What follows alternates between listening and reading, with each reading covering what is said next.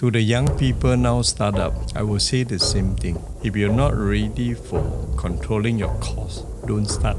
And of course, I think like a lot of people know that you are the owner of Harvey Norman in this part of the world and also World of Sports.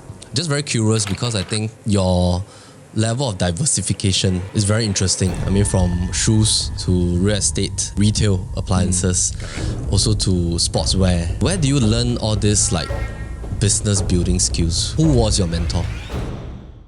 Yeah, one of your interviews you mentioned that a lot of people only like to talk about success. But sometimes when you want to mentor people or you want to share your business experience, you also like to share with them the hard truth about building businesses. Correct. Which is so you must have this idea. Can you learn fast enough if you want to charter the big boat? What is the meaning of life in your perspective? Don't only build this thing all the way. You think you must build this way. You make you become a more happier person. No.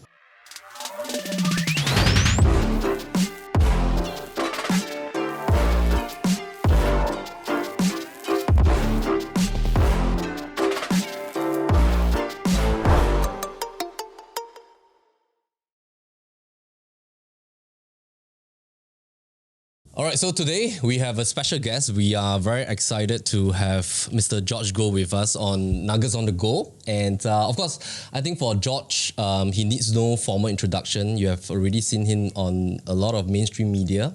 George, thank you for being here. Yeah, thank you, Melvin, for the invitation. Right. Thank you for the cruise member. Thank you so much. Right. Good to have you in our studio. Yeah. In fact, this is the first time we're doing like a one-to-one interview. We usually have like a banter podcast interview with a couple of my teammates. Okay. I think today we want to chat really more about your business, as well as I think our audience will walk away with a lot of key learning points that potentially we can have in this chat. I've looked through your history. I've also seen quite a fair bit of interviews that you have been on. Of course, I think a lot of people already know why you are running for president, as well as your motivation to go into this phase in this current season of your life. Yes. Yeah. However, today, I think what a lot of people are very keen to know about is basically your entrepreneurship journey. Yeah. So you have, I think, an impressive 41 years because I've seen some of the interviews that you started your own business at the age of 22. Yes, right. Yeah. So maybe let us start there, right? During that first season, maybe share with us a little bit about how you started your business at the age of 22 years old in the past. I remember in August 1998, I was in a factory with my older brothers. I got another older brothers. We were discussing about the whole family, entire family. The reason why we are here because the poverty of the family, right? So I was talking to him. I say, brother, we remain the same when I landed here. We cannot continue the situation like this because you only earn very little money, a few $100. In 80s, it's very small. So hands to mouth, I think this is not so good for the entire family. So after the discussions, I was keep thinking whether I can do something different or just continue to be a shoemaker.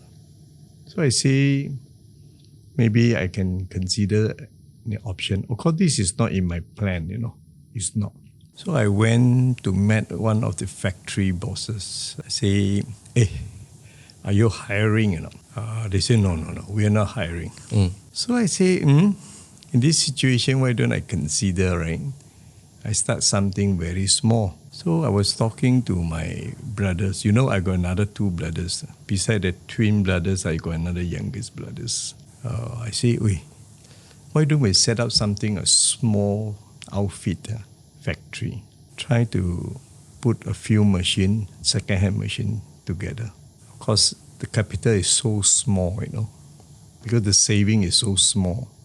Myself, my brothers, my sister, I think it's about 5,000. So the rental is at the time I say about 500 per month. So it's 1,000 include the deposit. You have to open a bank.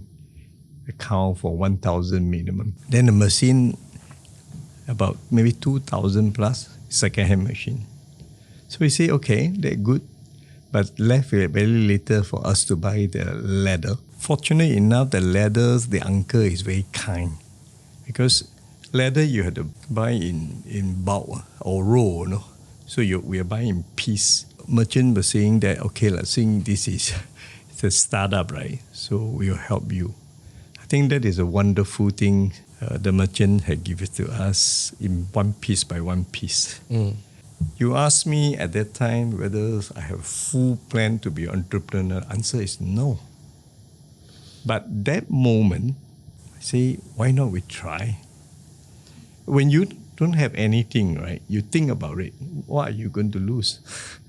So you try something, right? And then you have a skill, right? I have some skill. I know how to make shoes. So that is how finally we make a decision to open a small little shoe factory. So that was back in 1982. Right. The period very short, Melvin, just about maybe 2 to 3 weeks time, we put everything together. Right. So yourself, your brother. My brothers, and I invite one friend. So this friend is quite nice. He said, okay, I will come and help you. Because shoe divided into two parts, the upper part and the bottom part. I'm specialized bottom part. My brother is also bottom part. So only my friend is the upper part. Shoe you need to put two together, right? Bottom and the top, then you make a pair of shoes. So he's prepared to come in at the point in time. So I deeply appreciate this gentleman. Where do you learn your shoemaking skills? When I landed here, when I was around 15 years old, right? 15 plus. So end up in a small little factory. This factory, for you to work at the same time, to stay, and also to sleep at the same place. It's a very small factory in Geylang. So at first, of course, you don't expect too much because boy, right? It's a little boy, 15 years old. So they ask you to become a general staff, So I did that. Coffee boy, or you call tea boy, because you need to buy a cup of tea every day for the master, for them to teach you the skill. The only thing for you to make sure you give a good service to the master. Right. Then they will teach you how to make a pair of shoes. How much do you earn that time? Wow. It's sad to say that it's about per week. They go by per week, not go by per month. In our shoe industry, you go by per week. About $10 per week. Yeah. So $40 per month. Around there. Sometimes not too bad. They give you 15. It's no specific, like around the figure, $10 to $15. Right. Was your brother in the same factory also? Yes, my brother is also. So that's where you pick up the skill, and we pick up the same skill at the same place. Right. Okay. Anyway, we appreciate we landed there. So 7 years. Around 7 years. Right. Yeah. And after 22 years old, once you started your first business, you mentioned that you had a small outfit. Was that like a small factory or shop? We don't have a facility like your industry building, I was end up with a terrace house in Bad Road, very old terrace house. Right. So inter-terrace. So we occupied one of the middle one. Okay. So very old one. So that's why it costs $500 per month. Right. So at that time, I think it's okay because we are just started, right? So I don't believe we're going to overnight to have big volume. I don't think so. So because it's handmade, right? It's only a few machines, so I don't think we can do a big so-called productions in thousands of pair. I don't think the point we can do that because we don't have the kind of scale to scale the kind of size. So we thought maybe we slowly build our capacity slowly. Right. Yeah, but very painful because we work 16, 18 hours per day. Except Sunday. So George, that time when you started, based on what I heard, is with your brother. Yeah. Also with a friend. So 3 of you. When did that first business, the shoemaking business, really start to kick off? Like after how many years? Or I can say from day one we are quite fortunate or blessed in the sense because we make the rider shoe, motorbike rider shoe. Oh, okay. For cyclists. For the cyclists. Okay. So your customer is actually individual, you know?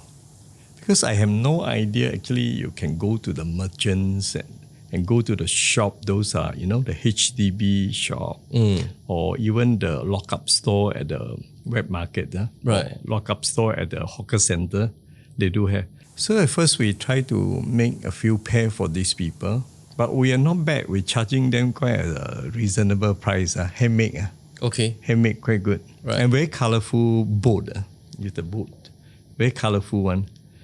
Then after that we say, our customer one by one cannot. How many friends you can Refer. refer? You cannot. After a while you run out of customer, Okay. So we say, why don't we supply to those Retail shops. not really retail, try to go to the Like HDB shop houses. those hawker, those because they are standard at that point in time. They can accept us because we are not branded, right? And our scale of fashion, I don't think we're up to the mark. In the 1980s. Go into departmental store. No. Right. But we managed to convince them to say, why do you buy some shoe for us? Okay. But we have one very big problem is the cash flow.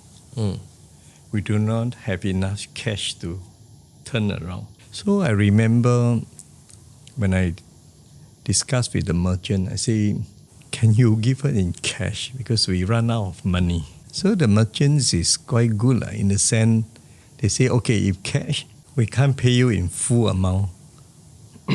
They say, it's okay. We can give you some discount. But we already marked the pricing. So at the time, luckily, we do about 30 to 40% markup. Margin, right. At the time, we don't understand how you work the GP and all this. We just say, if let's say the cost $20, right? So 30%, we sell $26. So it's a very simple mathematics. So of course, when we see people accept, then we will try to see 40% can accept. Then you earn a bit more. Then you minus away some discount, still okay. When did you have your first hire, as in your first few employees in your company? The volume increased because the order keep coming in. We're young people. One thing good about the young people is you tend to think trendy, right? Or you call fashions, right? You look at things quite differently. So same like now we're talking about the new industry, the young people in social media, similar. Fortunate enough, we can see the thing, right, a bit more trendy. That is the good news. Then we produce something that is more trendy. Right. Then because of trendy, of course, you have to refer to some magazine, right? So actually, you got to read how the other fashions at that point in 80s. So because you're a bit more fashionable, you can mark up a bit more, actually very interestingly. Right. So we are making quite a good headway, So the volume keep increasing to a point. Then we say we cannot, because you only got 12 hours, I have to do delivery. Because we don't have van or car. My brother have a motorbike. So together have to do, because I have to sit at the back, right? And holding the shoe at the back. Right. And all these shoes were made in the factory by you guys? In the factory. Then we had to deliver, we had to come back, we do production, we had to go to the leather shop to buy a leather. Right. So it's among a few people, it's very difficult. But after a few months, I remember we start to hire someone to see whether can take some of the responsibility. Then we can increase our volume. Right. So we are quite blessed in the sense our volume keep going up. So good news is we don't spend because all the fund flow into the company as a capital. Right. I remember almost every morning, if I'm not wrong, teh tarik and bread. Actually, the one quite young, 22 years old, you eat this. But anyway, we were particular about spending. Right. All the fund will flow in. So that make us in a slightly better position. That means we build our capital base. That means our outflow less, right? Our inflow more. Right. So that's why our balance sheet at that point in time slowly build up. Right. Yeah, not too bad. So you're very prudent at the initial stage of your business part. To the young people now start up, I will say the same thing. If you're not ready for controlling your costs, don't start. Because no way, unless your parents say, son, I'm prepared to give you 1 million or 2 million. I don't think so. Ordinary family like me, I'm in Singapore, 80-90% are ordinary people. So you do not have the kind of capital start at a million or 2 or 3 million. No way you can do that. Yeah.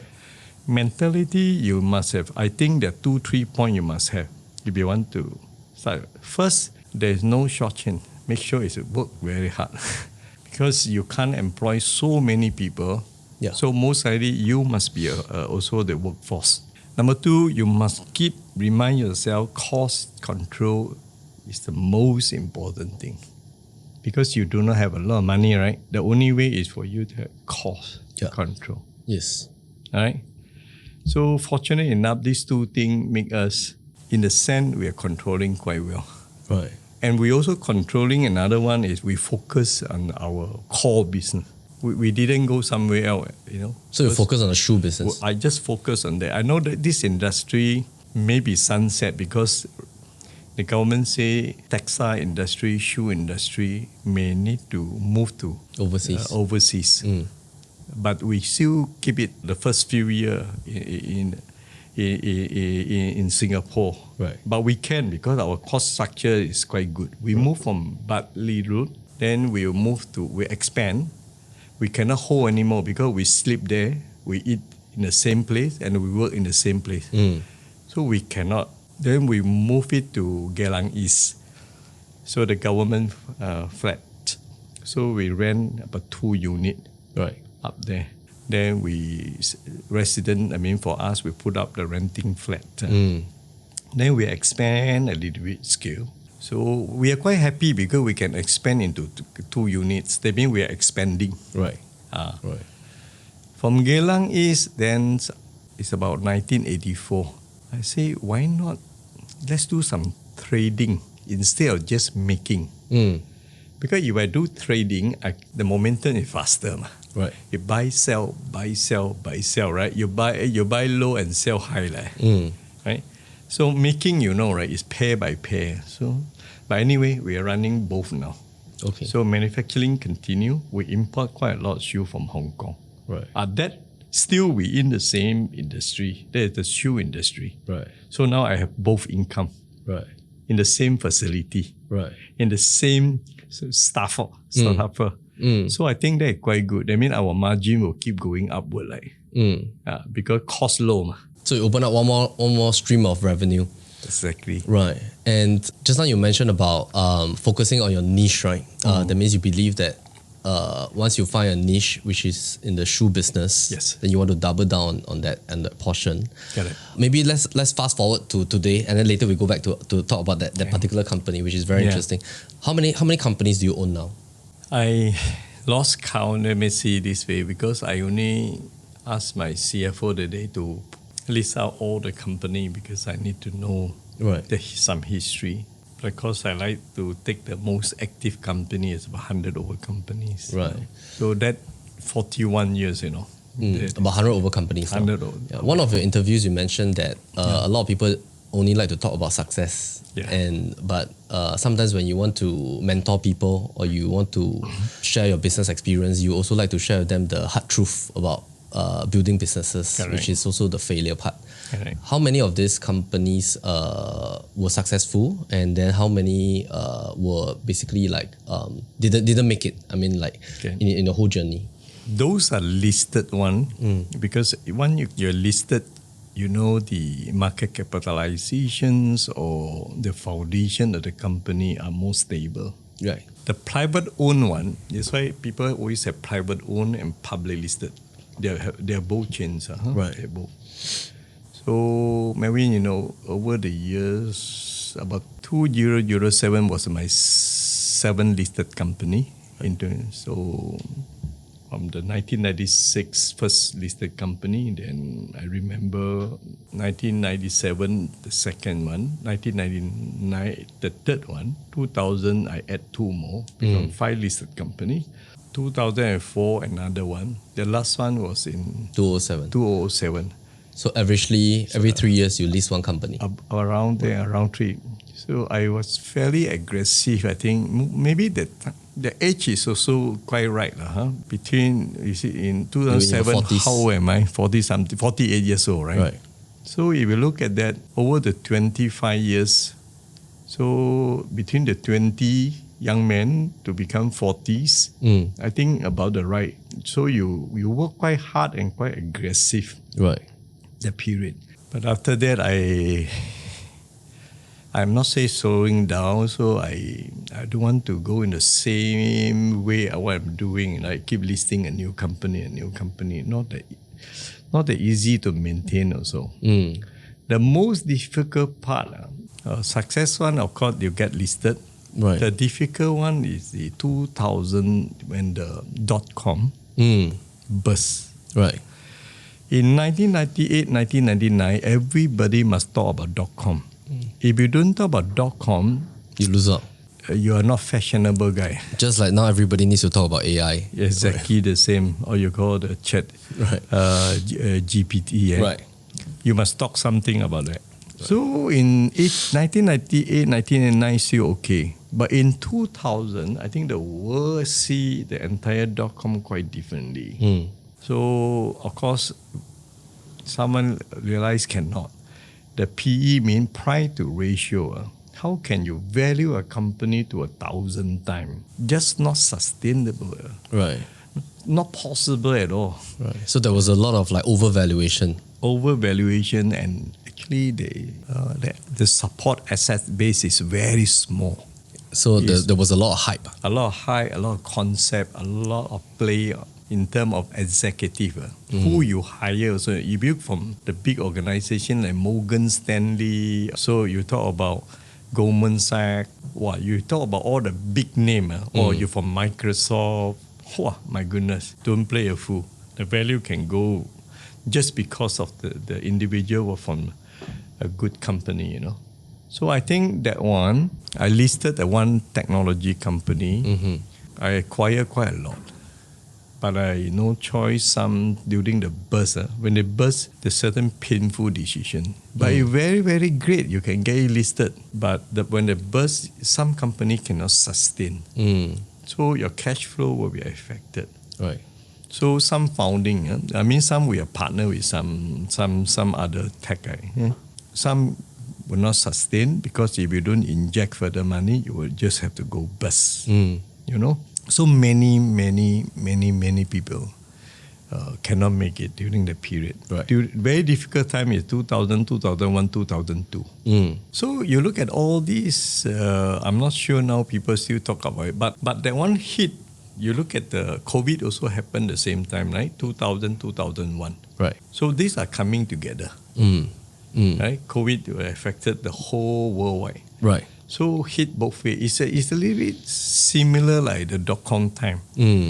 Yeah. So last year, a lot of companies had to go bust, right? Right. And then those cannot sustain, they had to wipe up completely. So fortunate enough, I'm not in that space. If I go back to my, at the 20s or 30s, I may consider that also. Right? But fortunate enough, I didn't went into this space. Right. So not so painful. But only the period of the lockout period on the COVID. So COVID time, you have to hold your ship as tight as possible. Right. There's no other alternative because the whole world is affected. Nobody can travel. And the worldwide, you cannot say only affected Asia Pacific. Also in United States, everywhere. So that one is a very challenging 2 years. Yeah, that was a challenging period for I think a lot of businesses. I think like just now when you share about your experience, 7 listed companies, and then you also talk about your company that failed during the .com season. Yes. What about the very first company that you started out? I mean now, what is that company called? Melvin, you hit the right spot. When I get listed in 1996, so there's some money coming in, right? Right. Was that the first company? Listed, yeah. Right. The one, of course, is not a property company. But I start to look at whether property development. So we incorporate a company called Ossia Land. Then as usual, so I will buy land in Singapore, I will buy in UK. Location is good. One is the Newton area. One is UK is at Kensington. So Kensington is very easy to explain. From the apartment, you can see Princess Diana House. Right. Also beautiful, right? Location cannot be wrong. But you can choose the best location. I know property people like to say location, location, location. But you can choose the right location. But the financial crisis, Asia financial crisis, 1997, start from Thailand. Then the domino effect is hit this part of the world, Singapore as well. Property is, you need the bank, to support you. Yeah. There's without bank support, you can't go into property because the asset base. So the high gearing. So the bank, of course, will start to, to go, we like you as a person, but the weather is very bad now. So you have to do something, right? Bank, of course, good time is not an issue. When crisis like this, as a CEO of organizations, you have to make a certain decisions. But very pain decision because we just started this divisions, so-called of the brothers. We are three brothers founder. So we had to decide to say that why not we cut it off. As in the property development arm. Right. So I thought this is going to be, if I can stay, so today, if I can overcome in 1998, so today my property development arm is quite sizable, I believe. But we know how to spot the right location and the right price, but just cannot support it because your interest rate is rate. You cannot support. No cash flow. Right. Property development is different from you buy and sell, right? Ready stock. But you cannot. We are manufacturing. We are manufacturing means you have to produce. You have to make a couple of years before you're on the market. You must have a deep pocket for that. Right. So you started the business 1982 from a shoemaking business. You grew it into a trading business. Trading, yeah. Eventually, you opened a property development arm. Yes. But in 1998, you cut off that arm. Yes. And then now you build it back. And that company is Ossia International. Yes. Right. Correct. And of course, I think like a lot of people know that you are the owner of Harvey Norman in this part of the world, and also World of Sports as well. Yeah. Just very curious because I think like your level of diversification is very interesting. I mean, from shoes to real estate, and then to retail appliances, also to sportswear. Of course, World of Sports has shoes and all that as well. Like, where do you learn all this like business building skills? Who is your mentor? Who was your mentor? If you look at the shoe was 1982. Maybe 94 trading is similar industry. No much changes. It's just only import the different. Right. 86 to 90, we are more like a wholesale, the import and exporter. Right. From Taiwan, from Hong Kong. It's also interrelated. Children, women's shoes, men's shoes, interrelated. Right. In 90, we changed slightly, the strategy changed after 8 years. We say, why don't we represent certain brand, international brand? So 1990s, we traveled to United States. We brought in the sports shoe. That is the first time we represent a good so-called international brand. But from there to 1996, we are very focused. We bring in quite a lot of brand, including Prince racket, right? Shoe Prince racket, rollerblade. I don't know you know in East Coast people use the rollerblade, and many other brands as well. Right. So during the 1990 to 96, maybe we acquire maybe 10 to 15 brand. Right. We travel quite often to Germany. Trade shows and all that. Trade show. When you go to the trade show as a young man, you can walk from the morning 9 o'clock to the shut and 6 o'clock. So we did quite well in the sense the 6th year as an international brand. But to me, I think the industry about the same. Not much changes. Only 1997, the second listed company, Rebel, is a retailer. So sport retailing in Australia and New Zealand, but also quite close to my 1996, 90 to 96, the industry, quite close. We still focus, you can see still more or less in the same. I can't see so much different. The only difference is in 1999. That's where the Harvey Norman. When I met the owner, he founded the company. He very good. He know his industry very well, and he doing very well. So I'm in this part of the world. He's in Australia and New Zealand. Right. So I invite him to say, why don't we form a partnership? You see, when you don't understand your industry, right? There's another thing you can do. Find a partner who understands the industry. He understands the industry. I only know my market. I already in Asia Pacific, Hong Kong, Australia. So we already cover quite a fair bit. Taiwan. What I have is the territory. Right. I'm familiar because I set up my subsidiary. He have the expertise in the industry. That's why we form a joint venture. So there's a different. If I'm on my own, I'm not sure I can make it. So because my partner is very good, so we form a partnership. So that in 1999, I can consider this is electronic beddings and furniture is our next venture. Right. Yeah. And subsequently technology and then into many other businesses. Technology, of course, I have to depend much on all the techie, right? All the technopreneurs, so-called. You know, they have a lot of ideas. You ask me whether, George, are you familiar with technology? It's very hard.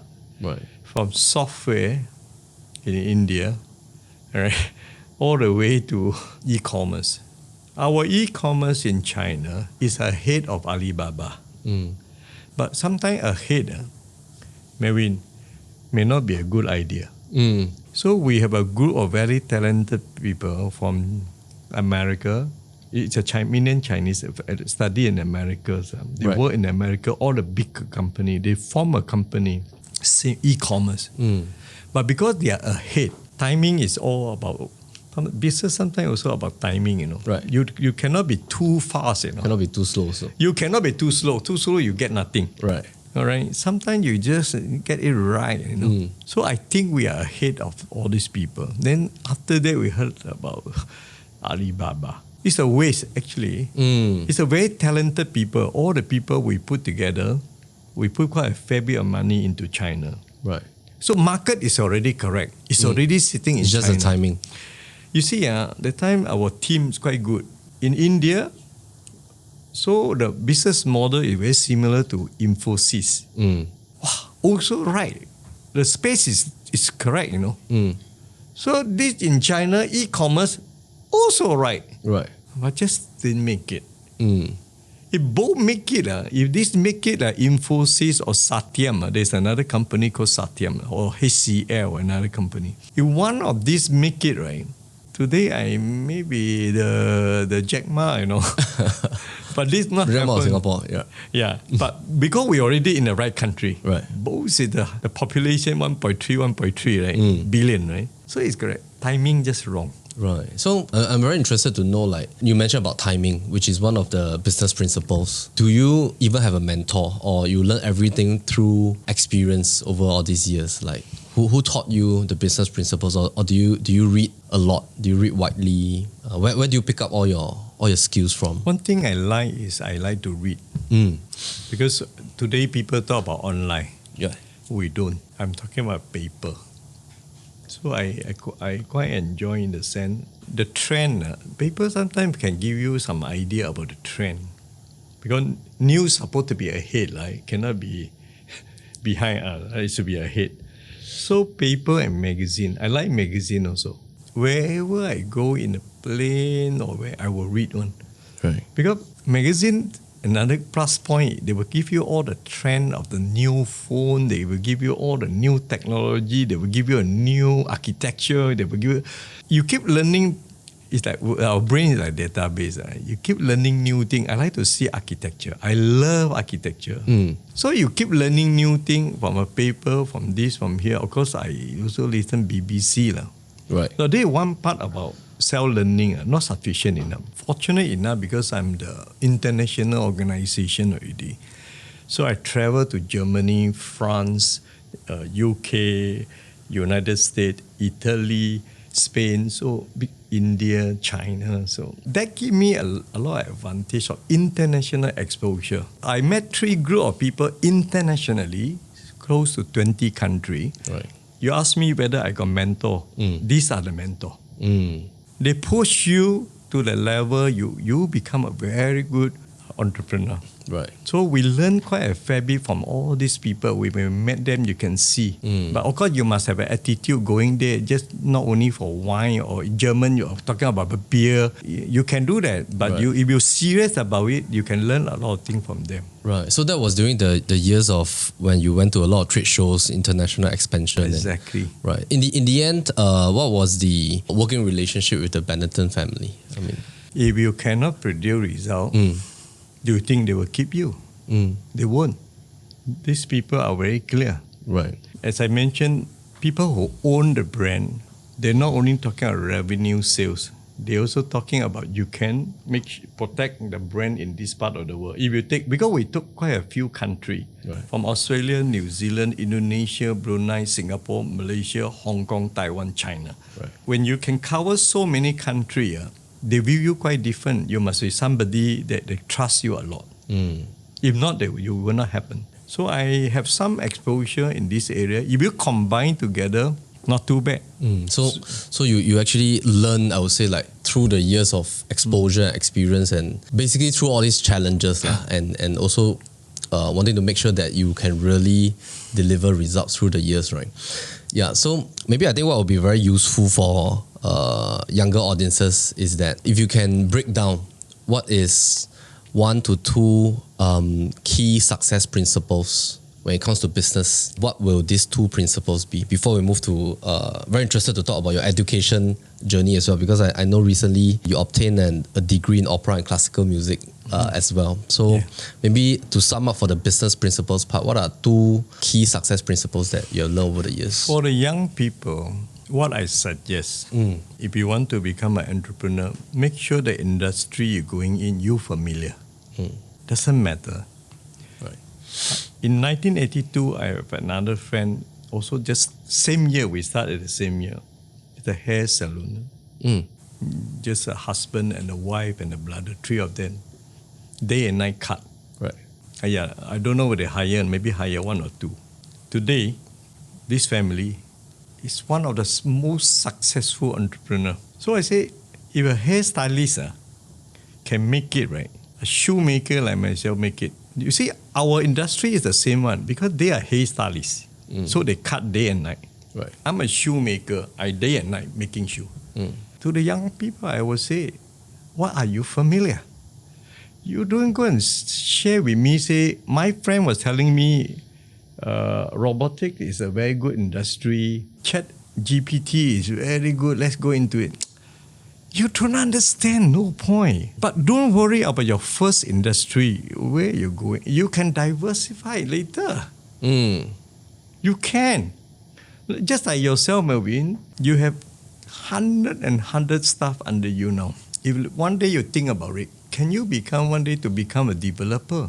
Of course, it's a nature. What you need to do is not set up here, just set up another development. So maybe one day you because you know the location, you know the costing of purchasing price, you also know the cost of the construction cost.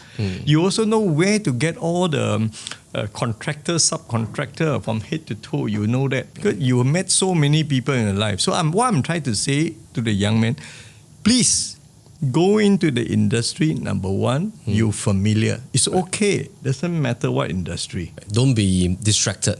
Don't distracted. Focus on that part. And maybe 1 year, 2 years. Because you are very familiar, right? So of course you hold differently, right? Just like a boat or motorbike or whoever, right? If you are very familiar, you are very careful, easily for you to do, right? If you keep thinking of, some friend were telling me this industry very good, just jump into it. Oh my goodness, that one I a bit worried on that. Right. Yeah, this is the key principle. The second principle, if you say, now I become entrepreneur, I'm more or less like BOSS boss, right? That one is a clothing brand called Boss. Forget about the boss. You understand or not? You just have to think, can you work hard or not? 16 hour to 18 hour, can you do it? If you can do it, then please welcome to be an entrepreneur. Because entrepreneur, all work is very hard. Right. There is no other shortcut you can do it. Yes. So third one, I say all the time, from the day one, control your cost. Regardless of anything, include a bottle of water you buy. Right. If you can buy a container, please buy a container.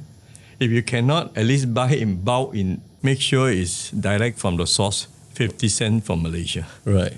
So don't go and buy from a merchant $2. They make no sense to us at all. Right. So these are the 3 points. Right.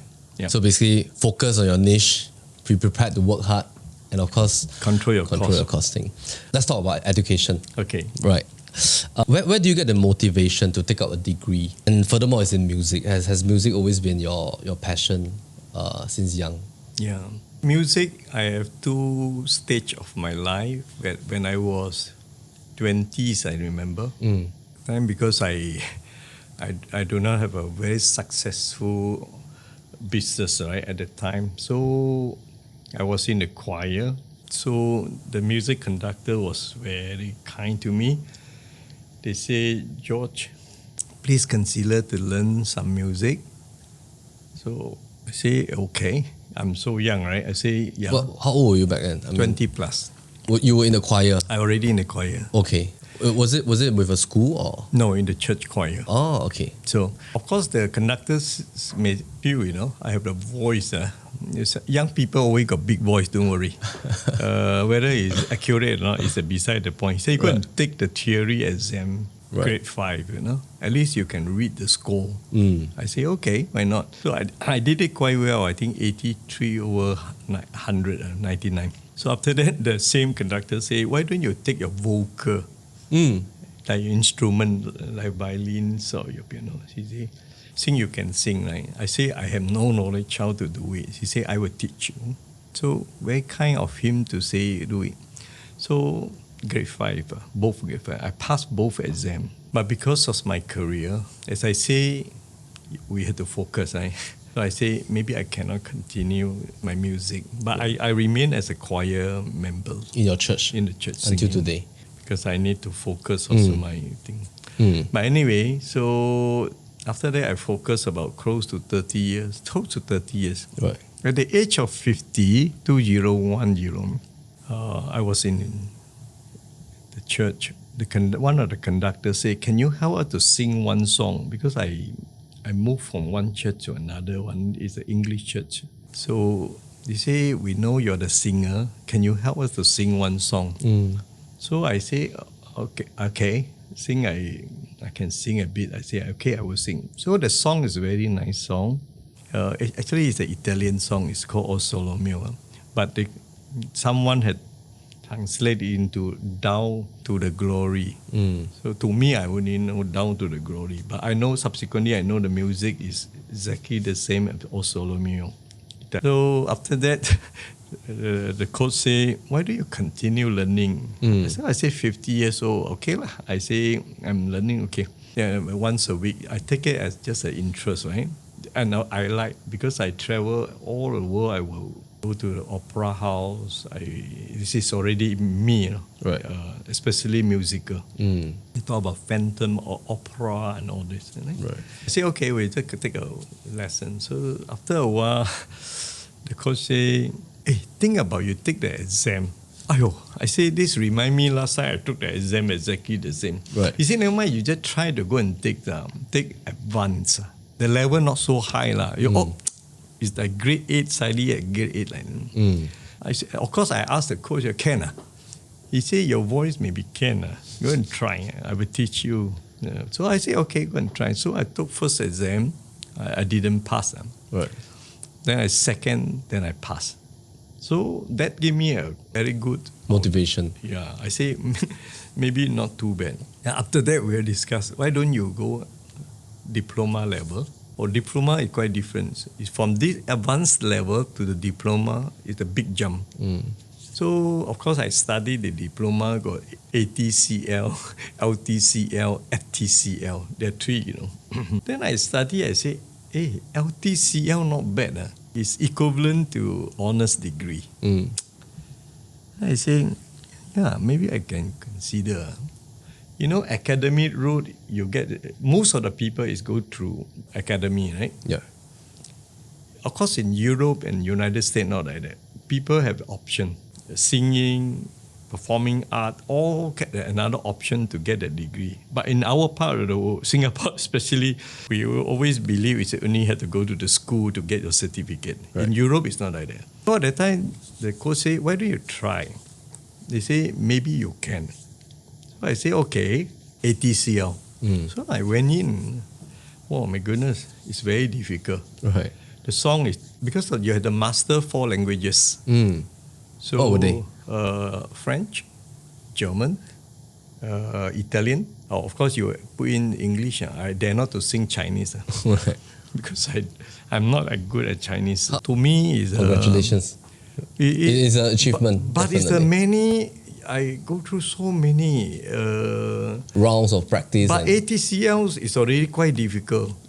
But finally, of course, I say if I can get degree, right?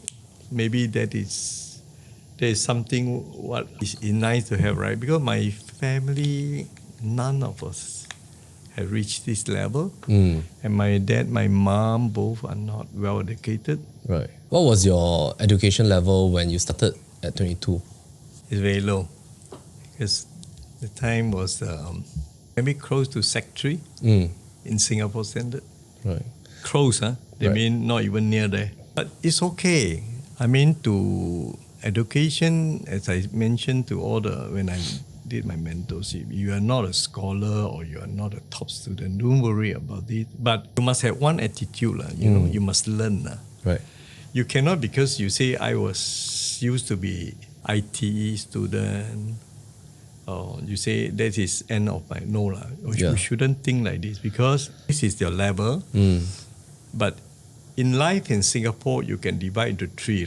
Not divide into 3. You can have 3 ways to be successful in career. One, you go to public sector. One day you become the Director General or Deputy Secretary or PMSEC, right? Right. Civil servant route. You can also go to private sector, right? So you can become a manager, a supervisor, to manager, to GM, to become the managing director. There is another route, right? In fact, I will prefer to promote on the third one. What route is that? That is the entrepreneur route. What's wrong with this route? This route is not something that is not Bill Gates make it. Bill Gates, I don't think he has certificate as well. If you want to name it Li Ka-shing in Hong Kong, I don't think he university. Right. Robert Koch, I don't think so. Even Singapore, the richest man, Ng Teng Fong, I don't believe he got a certificate as well. Right. There are many, many people make it through the route of this one. So why we restricted ourselves only talk about public service and private sector?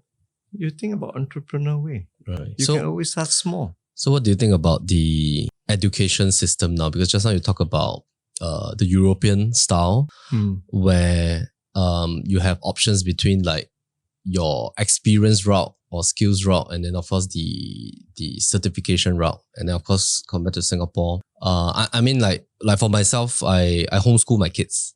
Oh yeah, so my 4 children, they are homeschooled until PSLE. So they all take PSLE as a private candidate. Oh, then secondary school they go back. I mean, our intention is not because we don't like the education system. It's just because we have a passion to spend more time with them, shorten the amount of time in school so that they have a bit more experiential learning. So like my wife will bring them to science center and all this kind of stuff. And then of course they will do PSLE. Now they're back in mainstream already. My eldest is already in JC. Our family practice is before all my children go for the PSLE exam, daddy will always tell them, if you fail, I'll be very happy for you because you fail early. And I always share with them that even if you fail, daddy is still your daddy.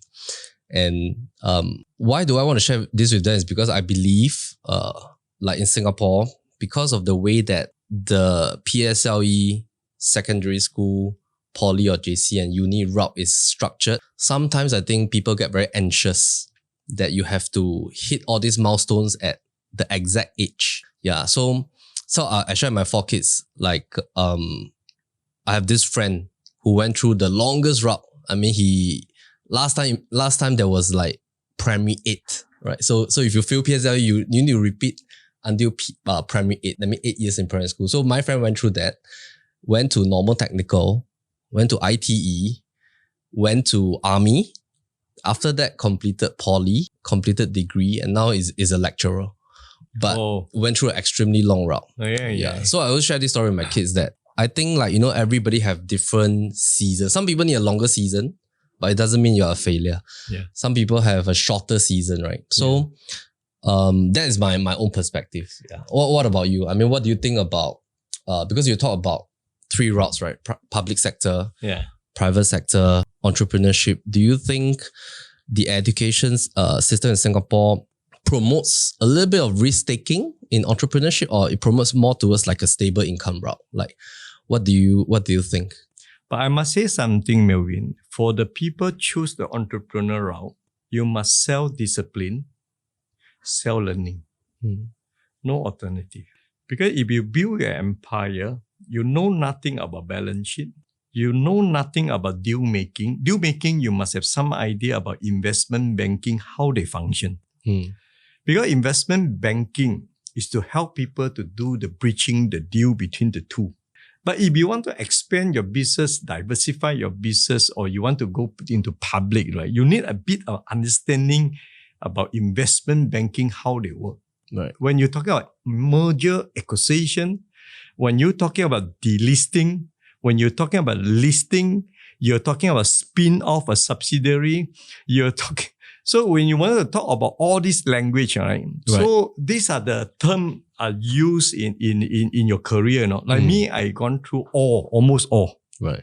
From sole proprietor to private limited to listing limited to delisting to merger to reverse takeover or general offer. So you see all these terms, right? I gone through almost all entire in business. Right. So, but I learned from the investment banker. I learned from a lawyer. I learned from an auditor. So you must have this idea. Can you learn fast enough if you want to charter the big boat? Right. You know, right? Small little boat and the big boat, the sampan is quite easy. Right. The big one, you better go and take the lesson, So that means what you're sharing is that if somebody wants to scale or build their business, even as an owner, they have to be humble enough to learn as well as to learn fast. Absolutely. Right. How about George, on talking about this education portion as well as linking to entrepreneurship? What advice would you give maybe somebody, right, that is in maybe their 30s already, right, in their 30s, but they always have a passion to want to start something on their own, but maybe they just find that they already start to have commitments, right? They have a family, they have a property already. Like, what advice would you give them in a wisdom point of view? Like, what are some of the key things they want to consider before starting their own business, or how should they navigate this thing? And also, like, do you think somebody in their 30s or 40s versus somebody in their 20s will have more difficulty starting into the entrepreneurship Very route? good question. Right. If you're at your 20, most likely you do not have HDB house, you don't have any mortgage or whatever it is, liability, you don't have much to worry about. So you can say after graduate, you decide to become an entrepreneur. Most likely it's better, right? I think it's better. But if you're at the 30s, you have to at least discuss with your missus, if you're married, your spouse, to say that maybe if I'm going to start something, most likely in the first year is a bit challenging. My income is not stable. Can you support the family? You work as a team. You work as a team. If you do not have a child, easier.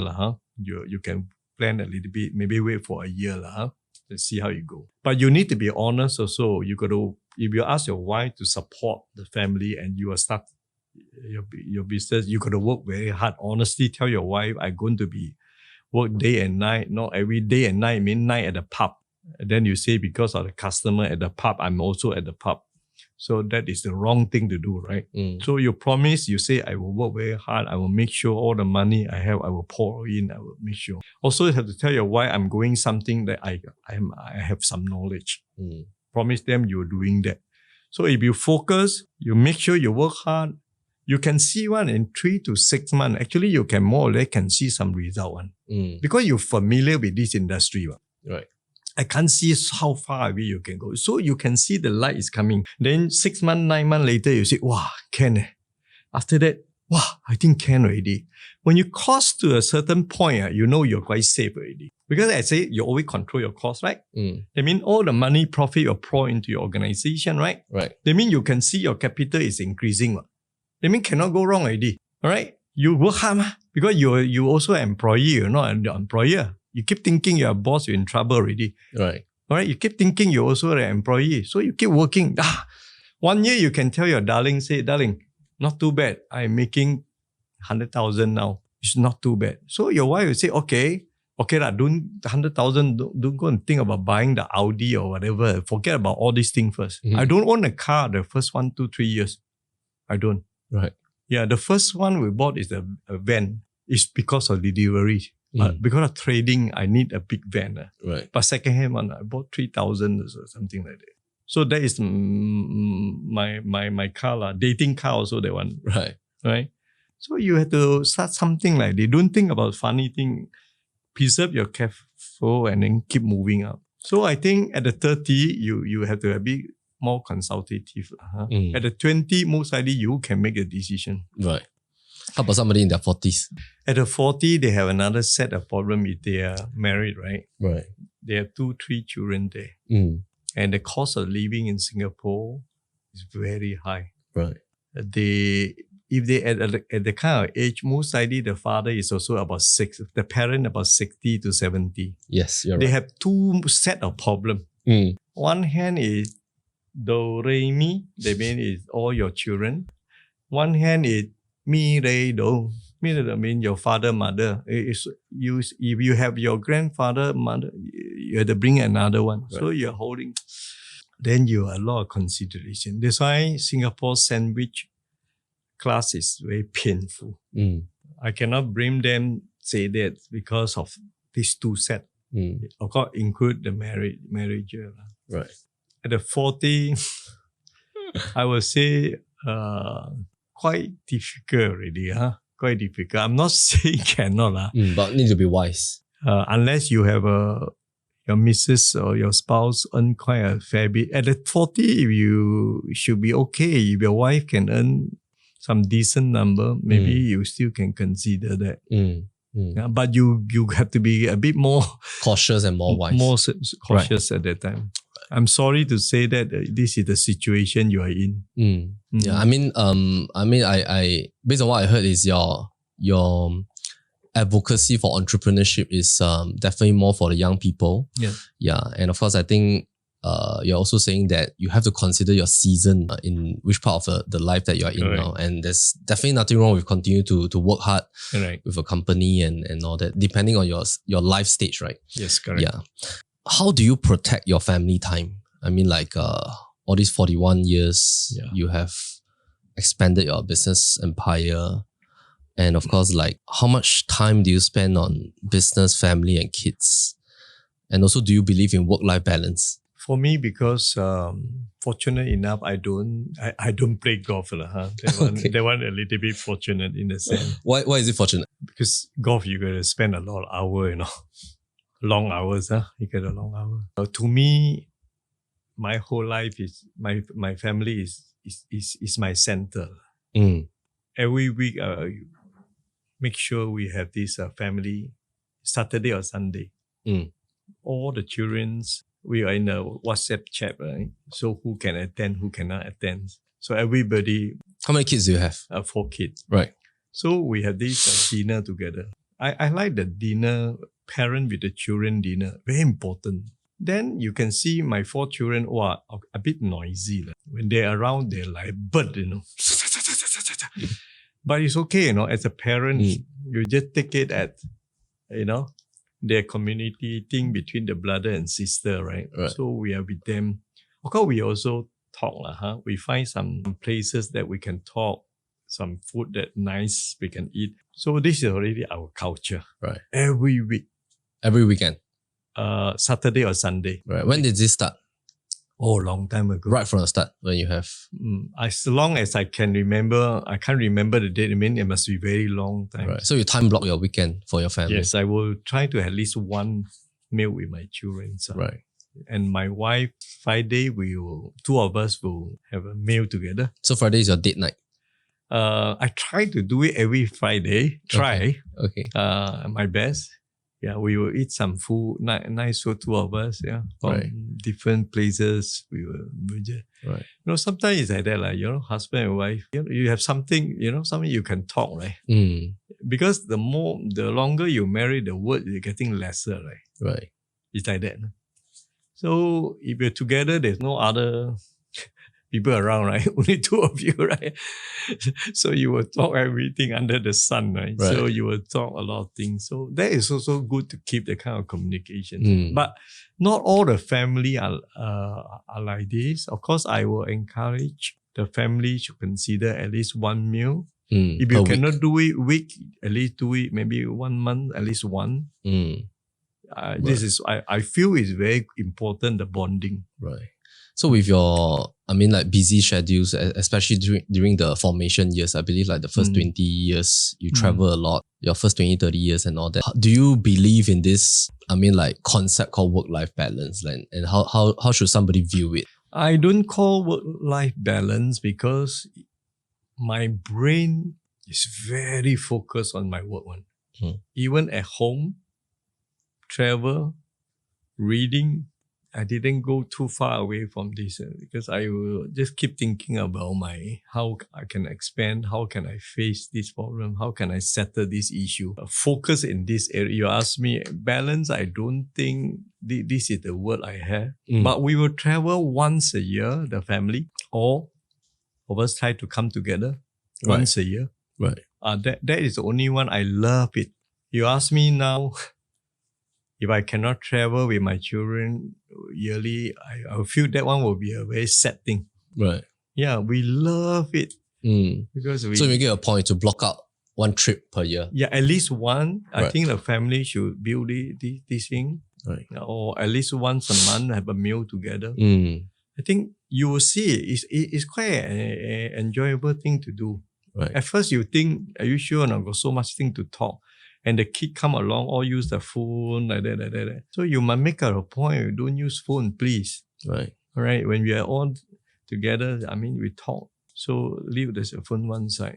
Right. So this is what I personally encourage doing. So I hope all the family should try to at least do that. But not easy, but you need to start somewhere, right? You need to start somewhere.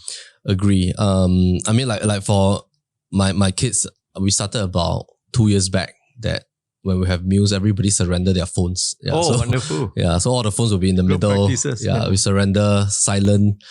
We call this like now your weapon. Like you don't have your weapon. Like it's like a police officer, right? You don't have your pistol with you. Yeah. You feel very, very strange.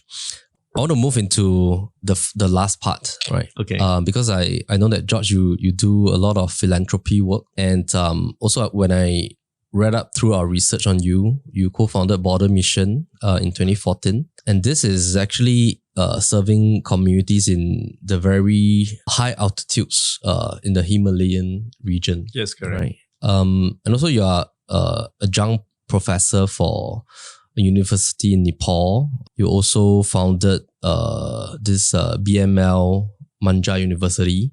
You have a lot of emphasis on philanthropy, education as well. Why do you want to go so high up in the Himalayans? What was that motivation? In 2014, I think I'm 55, right? 55, the year was CPF, you can withdraw, right? I think 55, I'm not wrong. So Lisa and myself say why we were discussing about why don't we set up a foundation for between us. One day I have to pass, right? So I say, why don't we do something while I'm still around at the age of 55? So I say, if we can set up this foundation, then we can fund, because we will fund ourselves. So Singapore and Himalaya. Right. So Singapore, we do cardboard collectors, the elderly, and the people with disability. So we saw many family now in Singapore. Of course, we are the first world. When you look at the people, this group, right? You feel like you want to do more, Himalaya is the same, because Himalaya is, especially the high altitude area, the village we go. These are the place nobody want to go. Too far and too. How long do you need to spend to travel there? You landed in the capital, but you have to travel by car, sometimes a couple of hours to reach the mountain. Capital of? Nepal. Nepal, right. So we are not only in Nepal, we are in Tibet border. We are in Bhutan. We are in Northeast India, Northwest India, and Pakistan. Pakistan quite about 7 or 8 countries. No, total is 5. Himalaya is about 5. Right. This charitable organization, of course, we support quite a few courses there, like medical, like education. There are 2-3 university. Because I want to do something with entrepreneurship. That's why I encourage the VC, the Vice Chancellor, to set up the institution of innovation or entrepreneurship. So they're very happy. The India BML doing one. This Bhutan, I asked them to set up one, and then Nepal set up one. So I find if entrepreneurship maybe can help them to out of poverty, not all of them, but at least some. Yeah, Nepal, a big problem is the graduate student is without job one. When they graduate, there's no guarantee they will find a job. So I was talking to them, say, why don't you give them another life considerations of entrepreneurship? So we set up that one. So we're doing both country now. Of course, this is a season of my life, right? So I'm from the humblest family, as you know, right? Came an entrepreneur, then philanthropist. My 2016, then I've been here for some time, right? So the country say, can you consider to serve as ambassador? So I took on as an honorary position in 2016. Now, of course, there's no salary attached, because honorary ambassadorship basically is non-salary. It is purely on serving the nation. Right. I'm happy because I'm holding the 3 role in the last few years. So I can see my life not only talking about entrepreneurship now. So I have a chance to talk about philanthropist work and also diplomacy work. Right. Diplomacy give me another kind of exposure. It's linked to my international experience. 41-year international experience, as I mentioned, right? From a business also, you meet with all the politics people in China especially. Then you see, as I say, the owner of all the multi-Thai millions-dollar company and all the higher professional. This is international space. Now, plus the diplomacy side, you combine the two, so it's very useful. Now I have a private sector's international experience and public service experience. If I combine together, it's very useful. Right. Then you look at both quite differently now. If you only have a public side without a private side, you do not know what idea about the private sector I'm talking about. So fortunate enough, I have this experience in internationals because of my investment as well, international. So combined together, that is very useful. When I become ambassador, to me, it's quite easy to take on the job. Right. Because between the two countries, we're talking about government and government. We're talking about the country and the country relationship. We also talk about economy of both countries. So we are not only talking about just only the government level. We're also talking about how about your businessman, my economy, your economy. We put together. Wow, beautiful. Because I have a private sector experience, quite easy to put people together very fast. Right. So that's one that I like it. So now I begin to feel like, wow, wonderful. I have a private sector international experience. Now I have public service experience also internationally. So I met royal family, king advisor, prime minister, ministers, more than 20 to 30 ministers I met in Morocco over the years. Singapore, of course, I met quite a number also, but bring me in the last two terms, one term about 3 years.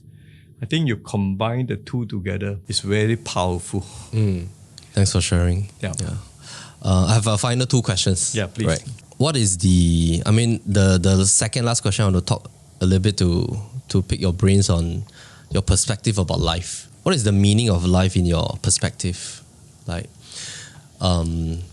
if let's say one of the younger generation were to ask you what is the meaning of life in your perspective, how would you share? Of course, number one is I will advise you to have a good family. Number one. Without a good family, it's very difficult. When I say good family, whether you're single or you're married, hold into this value as hard as you can. I know not easy. Right? When we talk, it's easy, but it's not easy. But this is your center. Right. You get your family right, a lot of things can sort it out. Then after you set a family, the next thing you're talking about your career, right? Or you say, I want to start my business, right? Or I work in public service or whatever, right? This is second part of it. Whatever give to you among the three, right? You choose one. If you decide to be in public office, let it be. And work hard, and then you climb the ladder to reach. There's a level to climb, right? At the end of pump sec, right? The DS, you had DG, you had DDG, you got all the position you can still. So private sector also the same. You can be a supervisor all the way to become the CEO. Entrepreneur, of course, you work hard, continue to build an organization. There are 3 roads. Don't think about 2 roads only. Today, I hope this interview is 3 roads. Then third, as an individual, I always think better build something interest. You must have something you interest. When I was in opera house, of course, when I was young as a village boy, I never imagined this. When I go to opera house, even how tired it doesn't matter to me. I love it when the string, when the orchestra play, right? You can see the member playing, right? When Jubin Mehta was in Singapore, one of the best, the world conductors for orchestra. Right. I can tell you it's so nice, the music, So, to me, I'm classical music. My people, some Taylor Swift, it's okay. Whatever is fit you. Jazz is also quite good also. Right. Music is good. So, you must have some interest in your life. Not necessarily must be art and music, okay? Can be other form. Right. You must have some like this. It will be very nice, I find. Then, the most happier thing I see is if I can have 2 trips of travel in Japan, eat sushi with my family. Wow, that one is the best. Right. If you can do that, will be very nice. So you balance in life, right? First, your family. Second, your career. And you must build some interest in something. If you have 0 interest in something, not so nice. At the end, you will go into a wrong place. Right. And all these things contribute to the meaning of life in your perspective. To me, I think, yes. Some people are quite religion also. Yeah. So also play an important part. Right. Let's respect each other. Your religion, my religion, his religion. We all respect each other, right? So that is also another form of, if you have it, good. I think don't view money is everything. This is a very sad thing, I can tell you. The richest people, the plenty of money one, always the one sometimes the one very sad. Because they think this is the only one. Well, that is wrong. How far can you go, you're rich? You only say, okay, I have a yacht, I have a Lamborghini, a Ferrari, then I have a private jet, I have the 10 carats of diamonds, what else more? Or watches. Miller or something. So how far you can go? You buy this already, you got a private jet already, you got this, how far you can go? That's the limit you can go. This is only one part of it only. Right? But don't only build this thing all the way. You think you must build this way, you make you become a more happier person. No. I think you should build your family. If you can afford, of course, good. If you cannot, don't worry about that. Right. The car will still send you to Bedok, will still send you to Tampines. Whether it's Toyota or Lamborghini will landed in the same place. Right. Won't be different one. So if you have some interest, very nice. Fishing, you do some fishing, very nice. You go there for ocean for 2, 3 days, 4 days, just fishing with a few friends. Wow, it's a nice thing to do. Mountain climbing. On your personal side as well. So you have to balance the three, is my view. Right. Don't only focus on money. Thanks for sharing. Yeah, I think our audiences will learn a lot from today's segment. Yeah, but we have a final question for you. Yes, please. Yeah, just one last question. So we always do these cuts in PLB.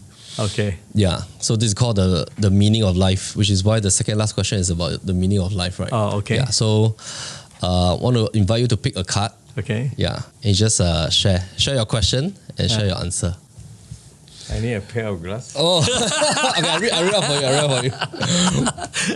Oh, wow. Okay. Long question, but can be short also. Okay. So, George, name 3 people you especially admire, and who are these 3 people? Why did you pick them? Myself, my wife, we have this charitable organization. We also look at what Mother Teresa had done in India, right, to the orphanage. To me, it's a very great thing she have done for all the kids on the street. It's a very simple thing, but to her it's very meaningful. She devoted her life for the kid who have no dad, who have no mom. I think it's a wonderful thing. right. The second one is from a politician point of view, Indonesia President Jokowi. He from a very humble beginning. He is a furniture maker. I'm a shoemaker. He do furniture. And he got a heart for the people. So he stand for election. People give him a chance. He was elected. He's just a furniture maker. But people say, we want somebody like him in a small solo area. Subsequently, Jakarta. And after that, he say, I have a heart for the nation. And he proved himself like a people president. The third person, I heard this name a lot, Lee Kuan Yew.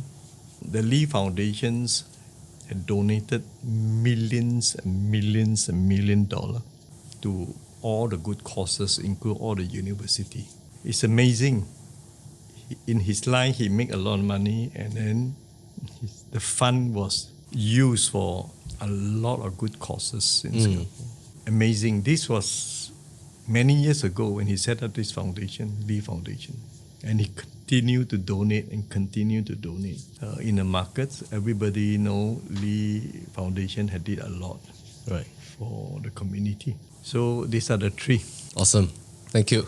Yeah. Thanks for sharing. Thanks for being here on the podcast. Thank you. Yeah, I appreciate it. I think I personally learned a lot. I think our audiences learn even more as well. Thank you. Thank you for your time. All right. Thank you for the invitation. Thank you. Thank All you. right. Yeah, cheers. Start recording no yet, right? No. It really started the moment you walk in. Huh? Are you sure? No lah, it's okay. Just chat only.